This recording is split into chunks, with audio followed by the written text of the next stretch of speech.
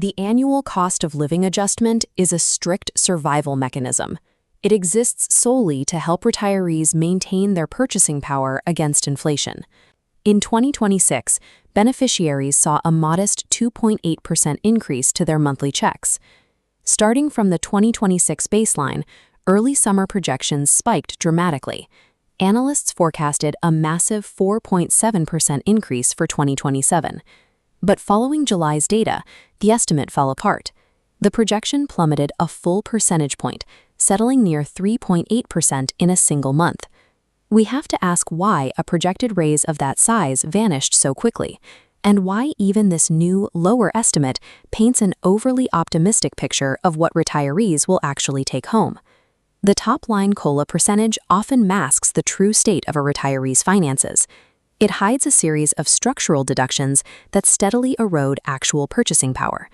The immediate pause of that sudden drop in the projection comes down to energy. Gas and utility prices cooled off considerably over the summer, which pulled overall inflation numbers down with them.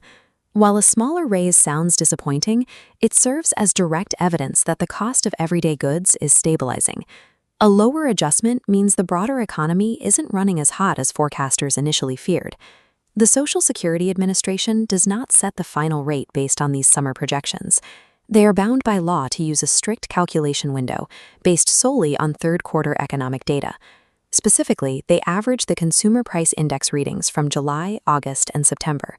The calculation cannot be finalized until the Bureau of Labor Statistics releases that final September report. There is a variable that could still alter the math before the quarter ends. If geopolitical tensions in the Middle East cause global oil prices to spike, that final inflation number could rebound. Until that September data is locked in, any COLA percentage you hear is a moving target, subject entirely to late summer economic volatility. Before a retiree sees a single cent of that adjustment, a mandatory deduction instantly reduces the final amount. For most beneficiaries, Medicare Part B premiums are subtracted directly from their Social Security checks. Early projections indicate the standard Part B premium will rise from $202.90 to roughly $209.50 a month. If the average monthly COLA bump is around $77, this premium hike instantly subtracts at least $6.60 from that raise. Even with the remaining increase, an average monthly check of around $2,100 still falls radically short of actual senior living expenses, which advocacy groups estimate are closer to $2,700. This structural deficit stems from how the government measures inflation.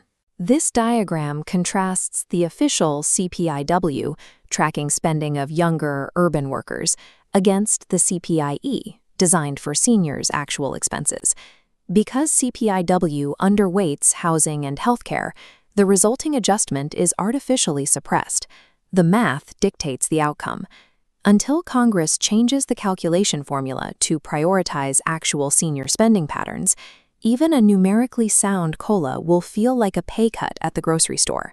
Looking at the current data, retirees should expect a top-line raise of around 3.8%.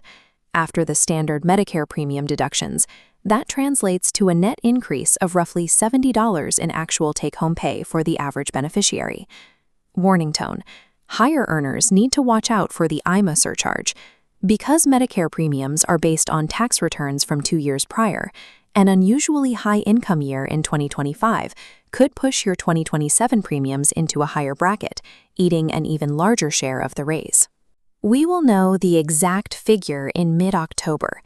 That is when the final September inflation data is processed and the official rate is locked in by the Social Security Administration. Plan your budget conservatively. Assume a net increase closer to 3% to protect your household against a system that consistently underestimates the true cost of aging.